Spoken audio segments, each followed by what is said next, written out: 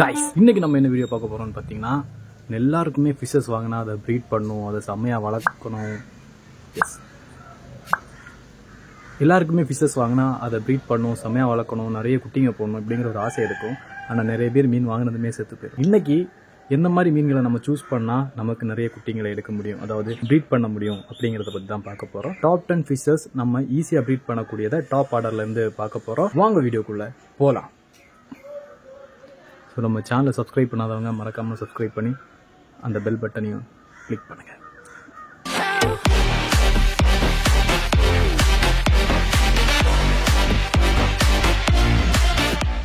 எல்லாராலையும் ஃபர்ஸ்ட் ஈஸியாக வாங்க முடிஞ்ச பட்ஜெட்ல இருக்க என்னென்ன ஃபிஷஸ் நம்ம ப்ரீட் பண்ணலாம் அப்படிங்கிறத தான் பார்க்க போகிறோம். ரொம்ப பெரிய பட்ஜெட்ல வாங்குற மீன்கள் அது ஈஸியாக ப்ரீட் பண்ண முடிகிற ஃபிஷஸும் இருக்கு. பட் இந்த வீடியோவில் நம்மளால ஈஸியாக வாங்கவும் முடியணும், அதே நேரம் ஈஸியாக ப்ரீட் பண்ணவும் முடியணும். ப்ரீடிங் ப்ரொசீஜர் வரைக்கும் நம்ம இதில் பார்க்கலாம். முதல் மீன் எதுன்னு பார்த்தீங்கன்னா, கப்பி தான் இருக்கிறதுலே ஈஸியாக ப்ரீட் பண்ண முடிஞ்ச ஒரு மீன். இந்த காலகட்டத்தில் இருக்கிற மீன்கள் ரொம்பவே காஸ்ட்லியான ஃபிஷஸ். இன்னொன்று அது ரொம்பவே சேஃபாக செக்யூராக நம்ம இன்டோர் டேங்க்ஸில் ப்ரீட் பண்ணி அந்த மாதிரி எடுக்கிறனால கொஞ்சம் அந்த மீன் இப்போ வர ப்ரீடிங் ப்ராசஸ் கொஞ்சம் டஃப் ஆகி போயிட்டே இருக்கு. நார்மலா கிராஸ் பிரீடான நார்மல் கப்பி இருக்குல்ல, நார்மல் வெரைட்டி கப்பீஸ் இருக்கு இல்லையா, அந்த ஃபிஷஸ் எல்லாம் பார்த்தீங்கன்னா நீங்க ரொம்ப ஈஸியாவே ப்ரீட் பண்ண முடியும். அதோடைய ப்ரீடிங் ப்ராசஸ் அப்படிங்கிறது 2-3 வெரைட்டிஸ்ல இருக்கும். நார்மலா ஒரு டேங்க் எடுத்துக்கலாம், அதுல ஒரு 4 inch 5 inch ஹைட்டுக்கு தண்ணி, அதாவது ரொம்ப பிரெத்தா இருக்கணும், அது ரொம்ப சின்ன கப்ல எல்லாம் பண்ணிடாதீங்க. 4 inch 5 inch ஹைட்டுக்கு தண்ணி ஊற்றி கொஞ்சம் கல்லுப்பு போட்டு அதுக்கப்புறம் கொஞ்சம் ஃப்ரெஷ் வாட்டர் பிளான்ஸ் நல்லா கிளீன் பண்ணி போட்டதுக்கப்புறம் ஒரு 2-3 பேர் வாங்கி விட்டீங்கன்னா கண்டிப்பாகவே அது ப்ரீட் ஆகும். குட்டிங்களும் இந்த வாட்டர் பிளான்ட்டுக்குள்ளாடி ஹைட் ஆகி அதுக்கப்புறம் நம்மளால ஈஸியாக ப்ரீட் பண்ணி எடுக்க முடியும். இருக்கிறதுல ஈஸியஸ்ட் மெத்தட் இதுதான். இதுல இன்னொரு மெத்தட்ஸ் ப்ரீடிங் நெட்ஸ், பாக்ஸஸ் இதெல்லாம் யூஸ் பண்ணலாம். ப்ரீடிங் நெட்ஸை யூஸ் பண்ணி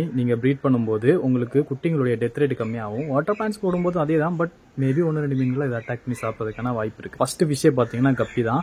பட் இன்னும் நிறைய பேர் கப்பி ப்ரீடிங்கே தெரியாம இருக்காங்க. மேபி உங்களுக்கு கப்பி ப்ரீடிங் பத்தி ஈஸியாக உங்களுக்கு திருப்பி புரியணும் அப்படின்னு தோணுச்சுன்னா நம்ம கமெண்ட்ஸை சொல்லுங்க. நம்ம வந்துட்டு உங்களுக்காக கப்பி எல்லா டைப் ஆஃப் கப்பி ப்ரீடிங் வீடியோஸும் தனித்தனியாக நம்ம பண்ணி போடலாம். செகண்ட் பார்த்தீங்கன்னா மாலிஸ் தான். மாலிஸை பொறுத்த வரைக்கும் பார்த்தீங்கன்னா நீங்கள் ப்ரீடிங் நெட் அதே மாதிரி யூஸ் பண்ணிக்கலாம். சேம் அஸ் கப்பி தான். கொஞ்சம் டிஃப்ரெண்ட் என்னன்னா, மாலிஸோடைய குட்டிங்க கப்பி குட்டிங்களை விட கொஞ்சம் பெருசாக இருக்கும். ஸோ அதுக்கேற்ற மாதிரி சைஸஸ் அட்ஜஸ்ட் பண்ணி நீங்கள் ப்ரீடிங் பாக்ஸ் வைக்கலாம். வாட்டர் பிளான்ஸ் எடுத்து போடுறீங்க, கல்லுப்பு போடுறீங்க, தண்ணி ஃபில் பண்ணுறீங்க, டேங்கில் மீனை இறக்கி விட்டுறீங்க. கரெக்டாக மேல் ஃபீமேல் ஐடென்டிஃபை பண்ணி நீங்கள் வந்துட்டு விட்டலாம். பேசிக்காக இந்த கப்பி, மாலி, இந்த பிளாட்டிஸ் இந்த மாதிரி மீன்களுக்கெல்லாம் மேல் ஃபீமேல் ஐடென்டிஃபிகேஷன் ரொம்ப ஈஸி தான். அதோடைய வயர் வந்து ரொம்ப பெருசாக இருந்துச்சுன்னா அது ஃபீமேல், ரொம்ப லீனாக கொஞ்சம் இருந்துச்சுன்னா அது வந்துட்டு மேல். இவ்வளோதான் அதோடைய டிஃபரன்ஸ். மேல் ஃபீமேல் ஐடென்டிஃபிகேஷன் ரொம்ப கஷ்டம் கிடையாது. நீங்கள் அக்வாரியம் ஷாப்பில் கேட்டாலே அவங்க கப்பி ப்ளஸ் மாலி இது இந்த மாதிரி மீன்கள் இருக்கு இல்லையா, இந்த மாதிரி மீன்களுக்கு மேல் ஃபீமேல் ஐடென்டிஃபிகேஷன் ஈஸியாக பண்ணிடுவாங்க. எக்ஸாம் பீட்டா கூட இருக்கிறதுல நம்ம லிஸ்ட்ல இருந்த 2வது மீன் பார்த்தீங்கன்னா மாலிஸ் தான். இப்போ வந்து நம்ம ரொம்ப யதார்த்தமாக ஒரு எல்லாருக்கும் தோன்ற மாதிரி ஒரு டவுட் கேட்பாங்க, ரெட் மாலி, பிளாக் மாலி எல்லாம் இருக்கு இல்லையா, இதெல்லாம் எப்படி ப்ரீட் பண்ணுறதுன்னு. இப்போ நான் என்ன சொல்கிறேன்னா, மாலிஸ்னு வந்துச்சுன்னா எல்லா மீன்களுமே வரும். ரெட்டு, பிளாக்கு, கோல்டன், அதில் நிறைய வெரைட்டிஸ் இருக்குது, அது எல்லாமே வந்துடும். கப்பின்னு சொன்னால் எல்லா வெரைட்டிஸும் வந்துடும். நிறைய பேர் இப்போ வந்துட்டு ஒரு கலரை சொல்லி மென்ஷன் பண்ணி சொல்லிட்டோம்னா இன்னொரு கலரை கேட்பாங்க. ஸோ அது ரொம்ப கஷ்டமாக இருக்கும். நான் 3வது சொல்கிறது பார்த்தீங்கன்னா பிளாட்டிஸ். பிளாட்டிஸ் பார்த்தீங்கன்னா மாலிஸ் கப்பீஸை விட ரொம்ப சென்சிட்டிவான மீன். பிளாட்டிஸ் வந்து ரொம்ப ஈஸியாக இறந்து போகிறதுக்கான வாய்ப்பு இருக்குது. ஏன்னா அதோடைய சென்சிட்டிவிட்டிங்கிறது ரொம்ப ஹையா இருக்கும். இப்போ டக்குன்னு நம்ம மீனை பிடிக்கும்போது கீரை விழுந்துருச்சுன்னா 2 வாட்டி டை வச்சுனாலே இறந்து போயிடும். பிளாட்டிஸ் இப்போ வர வெரைட்டிஸ் பார்த்தீங்கன்னா இன்னும் ரொம்ப சென்சிட்டிவா இருக்கு. ஸோ பிளாட்டிஸ் வந்து மாலிஸை விட கொஞ்சம் டிஃபரெண்ட், கொஞ்சம் இன்னும் நல்லா சென்சிட்டிவ், ஈஸியாக டெட் ஆகும். மாலிஸ் மாதிரி தான், பெரிய டிஃபரன்ஸ் இல்லை. 99% சேமஸ் பிளாட்டிஸ் மாலிஸும் ஒன்று தான். அதோடைய ப்ரீடிங்கும் அதே மாதிரி கல்லுப்பு போடுங்க, வாட்டர் பிளான்ஸ் போடுங்க, ஒரு பாக்ஸ் செட் பண்ணுங்க, தண்ணி ஒரு 4-5 inch ஊற்றுங்க, மீனை விட்டுருங்க. அப்புறம் வந்துட்டு ரெகுலராக எப்பவும் போல ஃபீட் பண்ணுங்க. இந்த 3 மீன்களுமே சிமிலரான ஒரு ஈஸியான ப்ரீடிங் மெத்தட் அப்படிங்கிறது இருக்கு. இதுக்கு அடுத்தது பார்த்தீங்கன்னா கௌராமி ப்ரீடிங் வந்து ரொம்ப டஃப் அப்படிம்பாங்க. பட் எனக்கு தெரிஞ்சு இந்த லிஸ்ட்டில் நான் சொல்கிறதுலே 1, 2, 3, 4 இந்த 4வது மீனான கௌராமி பார்த்தீங்கன்னா ரொம்பவே ஈஸியான ப்ரீடிங் மெத்தட் தான். இதுவும் பார்த்தீங்கன்னா ரொம்ப ஈஸியாக தான் இருக்கும். ஐயோ இது எப்படி ப்ரீட் பண்ணுறது அப்படின்னு நம்ம வீடியோஸ் பார்த்து புரியலை அப்படின்னா 2-3 ஃப்ளோட்டிங் பிளான்ஸ் ப்ளஸ் ஒரு 4-5 inches ஹைட்டுக்கு தண்ணி, அப்புறம் கொஞ்சம் பிரெத்து, எப்படியும் ஒரு எப்படி சொல்கிறது, இந்த மீன் பாக்ஸ் எல்லாம் இருக்கு இல்லையா, மீன்லாம் கொண்டு வர பாக்ஸ், அந்த அளவுக்காவது மினிமம் பிரெத் இருக்கணும். அதில் வந்துட்டு ஒரு 4-5 inches தண்ணி ஊற்றிட்டு அதுக்கப்புறம் நீங்கள் ஒரு ஃப்ளோட்டிங் பிளான்ட்டை போட்டு கௌராமி மேல் ஃபீமேல் ஐடென்டிஃபிகேஷன், நம்ம சேனல் நிறைய வீடியோ இருக்கும், மேல் ஃபீமேல் ஐடென்டிஃபிகேஷன் பண்ணிவிட்டு கரெக்டாக நீங்கள் ஒரு பேர் விட்டிங்கன்னா அந்த ஒரு பேரும் பார்த்தீங்கன்னா பீட்டா மீன் எப்படி பபுள் நெஸ் கட்டுமோ அது மாதிரி இதுவும் பபுள் நெஸ் கட்டிட்டு அதுலேயே எக்க வச்சு அதுக்கப்புறம் வந்துட்டு குட்டிங்க பார்த்தீங்கன்னா 300+ ஈஸியாகவே வந்துடும்.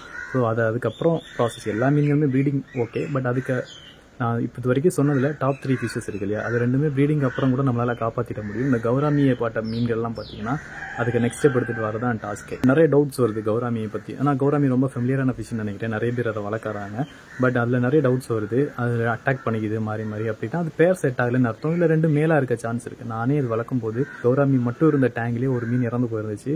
அது வந்து சண்டை போட்டு அடி வாங்கி மிடி வாங்கி வால் டெயிலெலாம் கட்டாகி இந்த மாதிரி தான் இறந்து போயிருந்துச்சு. ஸோ மேபி அது ரெண்டு மேல்ஸாக இருந்துச்சுன்னா அட்டாக் பண்ணுறதுக்கு சான்ஸ் இருக்குது. ஒரு ஃபீமேல் மேலும் அட்டாக் ஆகி மாறி மாறி இறந்து போகிறதுக்கான சான்சஸ் ரொம்ப கம்மி. மேபி வேறு ஏதாவது பிரச்சனைகள் இருக்கலாம், தெரில. பட் என்னோட எக்ஸ்பீரியன்ஸில் அப்படி கிடையாது. நான் 5th ஃபிஷ்ஷாக எதாவது சொல்லுவேன்னு பார்த்தீங்கன்னா ஜீப்ரா மீனை ஏன் நான் ரொம்ப ஈஸின்னு சொல்லுவேன்னா, எகெயின் ஜீப்ரா ப்ரீடிங்லேயே நிறைய விதங்கள் இருக்குது. அதில் ரொம்ப ஈஸியான விதங்கிறது நம்ம சேனலில் ஒரு வீடியோ இருக்கும் பார்த்தீங்களா. நெட் மாதிரி ஒரு பாக்ஸ் இருக்கும், அந்த பாக்ஸில் வச்சு மீனை விட்டுட்டோம் அப்படின்னா கீழே அது எக்கெல்லாம் வந்து விழுந்துடும். அதுக்கப்புறம் நம்ம இந்த பேரண்டாக மொத்தமாக மாற்றிட்டோம்னா அந்த எக் ஆட்டோமேட்டிக்காக ஹேட்ச் ஆகி வந்துடும். இதுவுமே குட்டி ரொம்ப குட்டியாக இருக்கும், கண்ணுக்கு தெரியாத அளவுக்கு. இதுக்கு கொஞ்சம் ஃபீடு போட்டால் தான் நெக்ஸ்ட் ஸ்டெப்புக்கு எடுத்துகிட்டு வரணும். அவ்வளோ ஈஸியாக வந்து இது வந்து வளர்ந்து வந்துடாது. 5வது ஃபிஷ்ஷான ஜீப்ரா ஃபிஷ்ஷும் நம்ம ப்ரீடிங் லிஸ்ட்டில் இருக்கும். ஏன்னா இதுவும் எல்லாராலையும் ஈஸியாக ப்ரீட் பண்ணிட முடியும். அதுக்கப்புறம் பார்த்தீங்கன்னா கோல்டு ஃபிஷ்.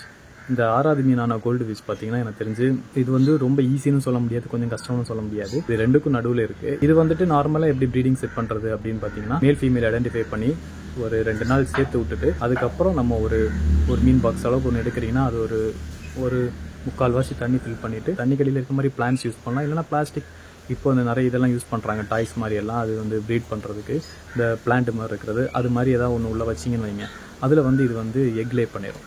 தெரிஞ்சு 1 டேயில் பண்ணிடும். மேபி பேர் செட் ஆகிடுச்சு, அது எல்லாமே அடல்ட் ஏஜில் இருக்குன்னா கண்டிப்பாகவே அது வந்துட்டு செட் ஆயிரும். அதுக்கப்புறம் எக் வச்சிடும். எக் வச்சிச்சுன்னா மறுநாள் வந்துட்டு நம்மளால் அந்த மீனை பேரண்ட்டை நம்ம எடுத்து மாற்றிடலாம். நம்ம அப்படி மாற்றிட்டோம் அப்படின்னா அதுக்கப்புறம் அந்த ஒரு 48 ஹவர்ஸ் மேபி ஒரு 30 ஹவர்ஸ்க்குள்ளாடி அந்த எக்கு மேபி ஹேட்ச் ஆயிரும். இல்லைனா அதுக்கு மேலே ஆகும். மேபி ஒரு 10 டேஸ்க்குள்ளாடி ஹேட்ச் ஆயிரும். அது அவ்வளோ டைம் எடுக்காது, ஹேட்ச் ஆயிரும். இல்லைனா ஃபங்கஸ் வந்து எக்கு போயிட்டுச்சுன்னா அது வந்துட்டு கெட்டு போயிடுச்சுன்னா ஒரு 10 டேஸில் அது வந்து ஹேட்ச் ஆயிடுச்சு அப்படின்னா அதுக்கப்புறம் பார்த்திங்கன்னா நம்ம அதுக்கு ஃபீடு போட்டால் தான் அது நெக்ஸ்ட் ஸ்டெப்புக்கு வளரும். இல்லைன்னா அதோடைய டெத் ரேட்டுங்கிறது நார்மலாக இருக்கும். எனக்கு தெரிஞ்சு நான் 300+ ப்ரீட் பண்ணி எடுத்ததில் ஒரே ஒரு கோல்டு ஃபிஷ் தான் ஆட்டோமேட்டிக்காக வளர்ந்துச்சு. ஏன்னா நான் அது ப்ரீட் பண்ணுவேன். அதுக்கப்புறம் நெக்ஸ்ட் ஸ்டெப் க்ரோத்துக்கு நான் இது வரைக்கும் ஃபீட் பண்ணி இதுவரைக்கும் எந்த மீன்களையும் எடுத்துகிட்டு போனதில்லை. அதுக்கப்புறம் பார்த்தீங்கன்னா ஏஞ்சல் மீனும் பார்த்தீங்கன்னா எனக்கு தெரிஞ்சு இது ஒரு பெரிய டஃப்பான ப்ராசஸ் கிடையாது. நான் ஆல்ரெடி இப்போ ரீசெண்டாக கூட நம்ம ஏஞ்சல் சக்ஸஸ் வீடியோ போட்டிருந்தோம். ப்ரீடிங் ஆகி சக்ஸஸ் ஆகிருந்துச்சு. ஒரு 5 குட்டிங்க நான் ஃபீட் பண்ணாமே அது வளர்ந்து வந்துடுச்சு. ஸோ இதோடைய ப்ராசஸும் பார்த்தீங்கன்னா ரொம்ப சிம்பிள் தான். கரெக்டாக மேல் ஃபீமேல் அது பேரானதுக்கப்புறம் அதை வாங்கினீங்கன்னா ஒரு பெரிய இடத்துல தண்ணியை ஃபில் பண்ணி நல்ல வாட்டர் பிளான்ஸ் போட்டு கொஞ்சம் ஹைடிங் ஸ்பேஸ் எல்லாம் இருக்கிற மாதிரி கொஞ்சம் வாட்டர் பிளான்ஸை போட்டு அதுவே ஆட்டோமேட்டிக்காக சைடை க்ளீன் பண்ணிடும் அது எக் வைக்கிற இடத்த. அதுவும் இல்லாமல் கொஞ்சம் பாலிஷான இடத்த தேடும். அதோட எக் வைக்கிறதுக்கு அது ரொம்ப பாலிஷான ஒரு இடத்த தேடும். அந்த இடத்துல பார்த்தீங்கன்னா அது முட்டையும் போட்டு பாலிஷான இடத்துக்கு ஒரு டைல் பீஸ் இல்லை ரொம்ப பாலிஷாக இருக்கிற ஒரு தண்ணிக்குள்ளே இருக்கிற மாதிரி ஏதாவது ஒன்று வச்சாலே அதுலேயே அது முட்டை போட்டுருக்கும். நிறைய இருக்குது. முட்டையோட தோடு வைப்பாங்க, டைல் பீஸு, நல்ல மார்பிள் ஸ்டோன்ஸு, இந்த மாதிரி நிறைய ஆப்ஷன்ஸ் இருக்குது. அதை வச்சாலுமே அது லே பண்ணிடும். அது எக் லே பண்ணதுக்கப்புறம் நம்ம எதுவும் பண்ண வேண்டாம், அதுவே பார்த்துக்கும், அதுவே ஹேட்ச் ஆயிரும். அது ஆட்டோமேட்டிக்காக நம்ம ஃபீடு மட்டும் போட்டால் போதும், அது ஃபீட் எடுத்துக்கும். அதுக்கப்புறம் அது பாட்டுக்கு வளர்ந்துடும். ஸோ வந்துட்டு ஏஞ்சல் ஃபிஷ்ஷும் நான் இந்த லிஸ்ட்டில் வச்சுருப்பேன். அதுக்கப்புறம் பார்த்திங்கன்னா பீட்டா பார்த்திங்கன்னா அதோடைய ப்ராசஸ் கொஞ்சம் கஷ்டம். இனிஷியல் ஸ்டேஜ் கொஞ்சம் கஷ்டம். அதை கரெக்டாக பேர் பண்ணணும், அது பேர் செட் ஆகணும், அடி வச்சு செத்துறக்கூடாது. மேபி அது செட் ஆகிடுச்சு அப்படின்னா அது எக்ஸாக்ட் கௌராமியோடைய ப்ராசஸ் தான். ஃப்ளோட்டிங் பிளான்ஸ் போட்டு மீனை விட்டுறணும், பேர் பண்ணி விட்டுறணும். அப்புறம் அது வந்து எக்கை வச்சிரும். எக்கை வச்சு மேல் வந்து எல்லாத்தையும் பார்த்துக்கும். ஃபீமேல் மேபி எக்ஸை சாப்பிட வாய்ப்பு இருக்குது. மற்றபடி பார்த்திங்கன்னா மேபி மேலும் சாப்பிடும், ஃபீமேலும் சாப்பிடும். பட் மேல் தான் எனக்கு தெரிஞ்சு மேக்ஸிமம் எக்ஸை பார்த்துக்குது. ஸோ அது அதே மாதிரி தான், ரொம்ப கண்ணுக்கு தெரியாத மைன்யூட்டான குட்டிங்களாக இருக்கும். நம்ம என்ன பண்ணணும், கொஞ்சம் ஃபீடு போட்டு அதை காப்பாற்றி எடுக்க வேண்டியது இருக்கும். ஸோ இது வரைக்கும் நான் சொன்ன மீன்கள் தான் எனக்கு தெரிஞ்சு ஈஸியாக ப்ரீட் பண்ண முடியும் கைஸ். இதுக்கு மேலே எனக்கு எதுவும் ஞாபகம் இருக்கான்னு தெரில, நீங்கள் இருந்தால் கமெண்ட்ஸில் சொல்லுங்கள். எனக்கு ஞாபகம் இல்லை, நான் எடுத்துகிட்டு வந்து 10 மறந்துடுச்சு. ஸோ நீங்கள் உங்களுக்கு தெரிஞ்சதை கமெண்ட்ஸில் சொல்லுங்கள். பட் நான் ரேண்டமாக சொல்கிறேன். இதுக்கப்புறம் பார்த்திங்கன்னா ஆஸ்கார் இருக்குது. ஆஸ்காரும் ரொம்ப ஈஸியாக அதுவே பேரப்பாய் அதுவே வந்துட்டு ப்ரீட் ஆச்சுன்னா அதோடைய குட்டிங்களை அதுவே பார்த்துக்கும். திலேப்பியா ஃபிஷ் அதே மாதிரி தான், அதுவும் சேம், ரெண்டும் ஒன்று தான். ஸ்னேக் ஹெட் இருக்கு இல்லையா, ஸ்னேக் ஹெட்டுமே அதோடைய குட்டிங்களை அதுவே பார்த்துக்கும். கைஸ் இதுக்கு மேலே இன்னும் நிறைய மீன்கள் இருக்குது. பட் ஒரு பிகினராக நீங்கள் வந்துட்டு இப்போ ப்ரீட் பண்ண போகிறேன் அப்படிங்கிறவங்களுக்கு இந்த நான் சொன்ன டாப் 7 மீன்களுமே போதும். நீங்கள் அதை வச்சு நீங்கள் ட்ரை பண்ணிட்டீங்கன்னா உங்களுக்கு அடுத்தடுத்த மீன்களுடைய ப்ரொசீஜர் ஈஸியாக புரிய ஆரம்பிக்கும். அப்புறம் நீங்கள் ஈஸியாக பண்ணலாம் கைஸ். இந்த ப்ரீடிங்கிறது அவ்வளோ பெரிய கஷ்டமான விஷயமா இல்லை. பட் இன்றைக்கி அது ஒரு கஷ்டமான விஷயமா மாறிடுச்சு. பட் அது அவ்வளோ கஷ்டம் கிடையாது. நம்ம ஒரு மீன் ஒரு டேங்கில் தனியாக இருக்கும் பட்சத்தில் அது ஆட்டோமேட்டிக்காக ப்ரீட் ஆகும். இதுதான் நான் எல்லா வீடியோஸ்லையும் சொல்கிறேன். ஆல்ரெடி நம்ம ஃபிஷ் வீடியோஸில் நிறைய நம்ம அதே மாதிரி பண்ணிடுவோம் கைஸ். நம்ம அதே மாதிரி ப்ரூவ் பண்ணியும் காட்டியிருக்கோம். என்னுடைய ஐடியாலஜிங்கிறது அவ்வளோதாங்க. ஸோ உங்களுக்கு ஏதாவது தாட்ஸ் இதை பற்றி இருந்துன்னா கமெண்ட்ஸில் சொல்லுங்கள். வீடியோ பிடிச்சிருந்தா லைக் பண்ணுங்கள், நம்ம சேனலை சப்ஸ்கிரைப் பண்ணுங்கள், அந்த பெல் பட்டனை கிளிக் பண்ணுங்கள்.